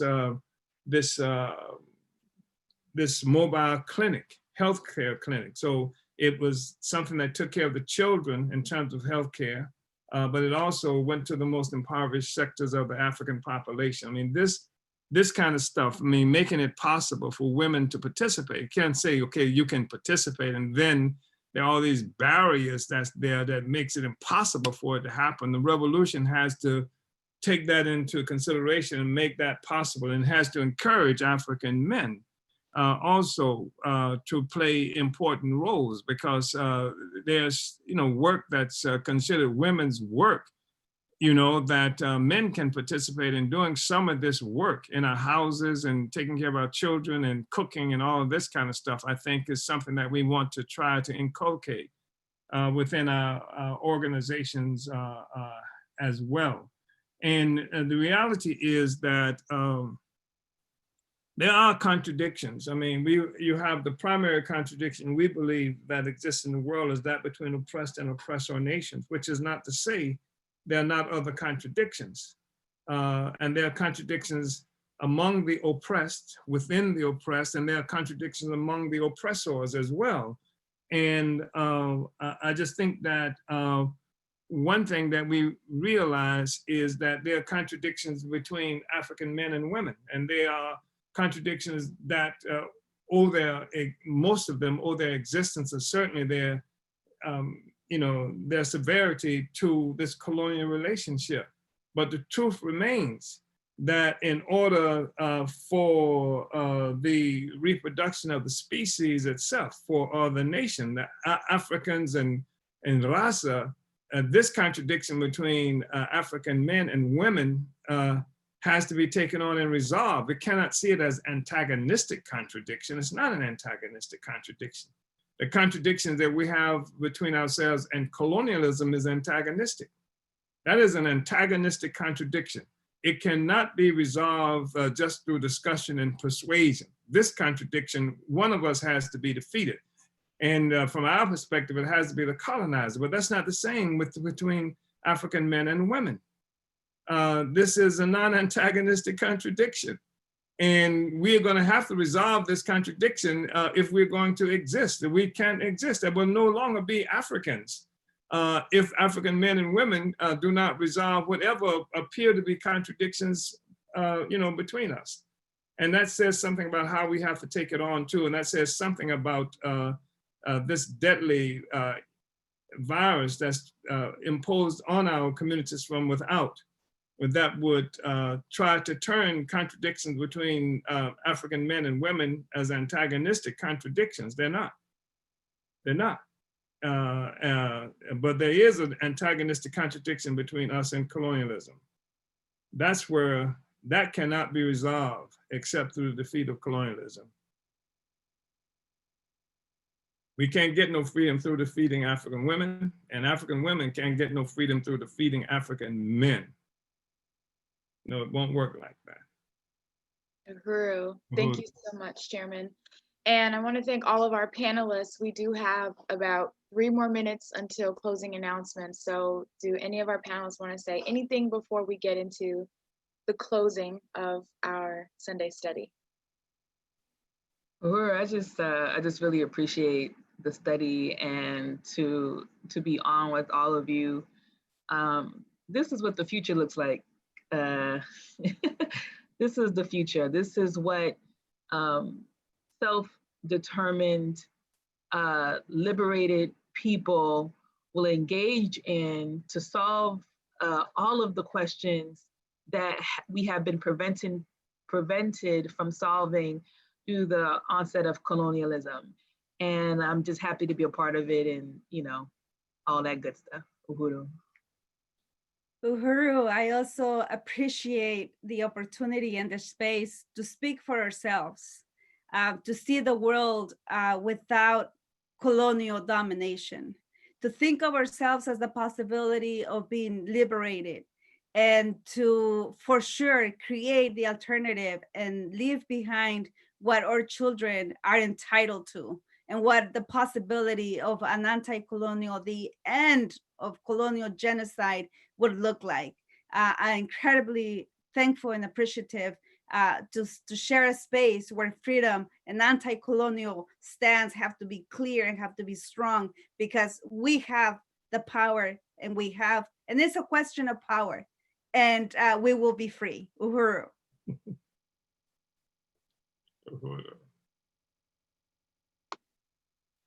Uhuru. And I don't know if Connie dropped or not.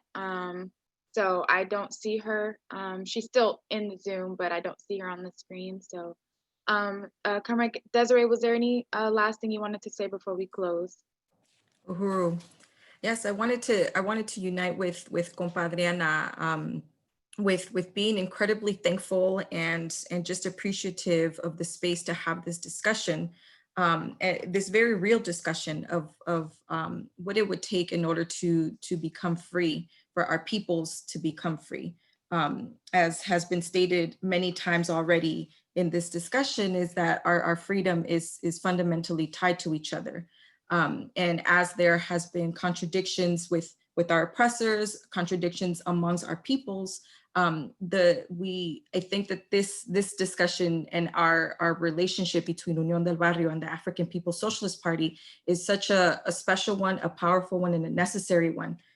Excuse me, when we see the contradictions happening even between our peoples in the community, and recognizing that those contradictions are inherited through colonialism and being socialized under oppression. And so I think that I know that with our relationship, our political relationship, continuing in revolutionary struggle, we're doing our part, the necessary part, in order to become free. And so thank you. Uhuru, comrades.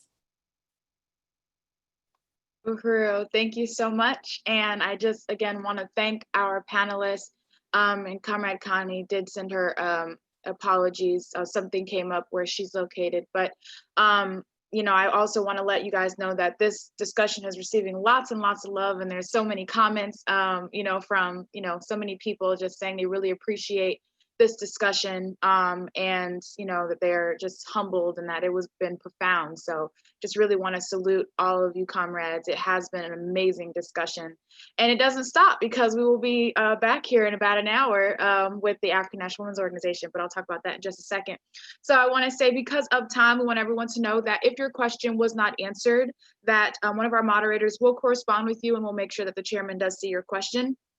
This study was brought to you by the Department of Agitation and Propaganda, Winning the War of Ideas. For your revolutionary news and analysis, you can visit theburningspear.com. For revolutionary radio, dynamic shows, and music by Africans all around the world, tune into Black Power 96.3 FM, broadcasting out of St. Petersburg, Florida, and accessible via the Black Power 96 app for Apple and Android, or online at blackpower96.org. And you can donate, volunteer, become a supporting member, or renew your support from now until July 18th. The Black Power 96 July Member Fund Drive is happening, and it's packed with special programming and givebacks for when you donate. So go ahead and contribute to your Black community radio station at blackpower96.org/donate. If you united with what you heard today and you want to learn more about how you can get involved with the African People's Socialist Party, visit apspuhuru.org. No matter where it is you're located around the world, you saw, African woman in occupied Azania, South Africa, in this discussion today, a member of the African People's Socialist Party and the African National Women's Organization. So no matter where it is that you are located, if you united with what you heard today, join the African People's Socialist Party at apspuhuru.org. And to learn more about Union del Barrio, visit uniondelbarrio.org to contact, access political education, read articles from UDB, and more. You can order your copy of Chairman Omali Yeshitela's latest book, Vanguard, The Advanced Attachment of the African Revolution, at burningspearmarketplace.com. And once more, you can register for day 2 of the African National Women's Organization Convention at anwoconvention.eventbrite.com, or tune into the Facebook page from 11 a.m. to 3 p.m. Eastern to participate that way. And it's the African National Women's Organization on Facebook. On Wednesday, July 15th, from 5 to 7 p.m. Pacific time, Uhuru Foods Empires presents Colonialism as Cuisine. As food is critical to life, it is also critical to culture and identity. That's why it's important to understand that when white people appropriate traditional cultural cuisine from Africa, Asia, and Latin Americas, it is a form of colonialism and parasitic capitalism. Featured guests include members from the Uhuru Movement and Union del Barrio, and you can sign up on Eventbrite at tinyurl.com/colonialism-as-cuisine. And we are calling on people to follow the All African Peoples Development and Empowerment Project on Facebook or visit developmentforafrica.org for important information and helpful tips in regards to navigating this colonial virus, otherwise known as COVID-19. It is a very serious threat to the African community throughout this country and around the world. Colonized and oppressed people are being hit by the colonial virus, and it's something that we have to take very seriously. So developmentforafrica.org has, important information, tips, and protocols that we can follow to ensure our safety and the safety of the members of our community. Uhuru Furniture Stores in Oakland and Philadelphia go live on Facebook every week to highlight beautiful new pieces and build African economic self-determination. In Philadelphia, Pennsylvania, you can tune in every Saturday at 11 a.m. Eastern Time at facebook.com/Uhuru Furniture Philly. And in Oakland, California, you can tune in every Wednesday and Saturday at 12 p.m. Pacific Time at facebook.com/Uhuru Furniture Oak.